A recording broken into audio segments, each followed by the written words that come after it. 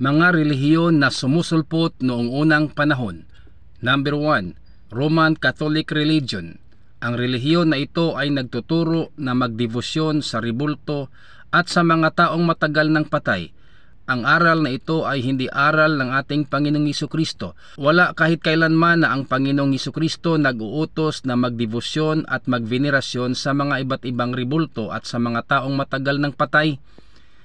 Pangalawa mga kaibigan, Iglesia ni Cristo, tatag ni Felix Manalo sa Pilipinas. Ang relihiyon na ito ay nangaral na si Hesukristo po ay hindi Diyos, kundi tao lamang.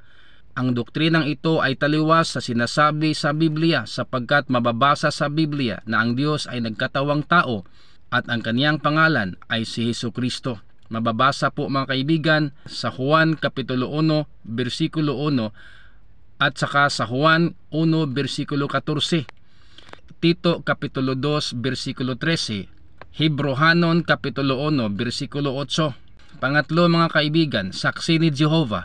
Ang relihiyon na ito ay nangaral ng doktrina na salungat sa sinasabi ng ating Panginoong Hesukristo. Ang relihiyon na ito ay nangaral na walang impyerno na pupuntahan sa isang taong hindi naniniwala sa Diyos.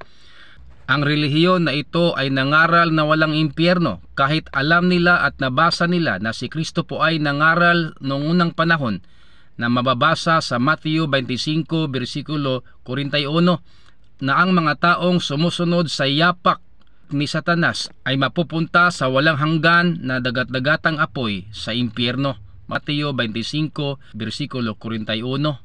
Punto Biblikal.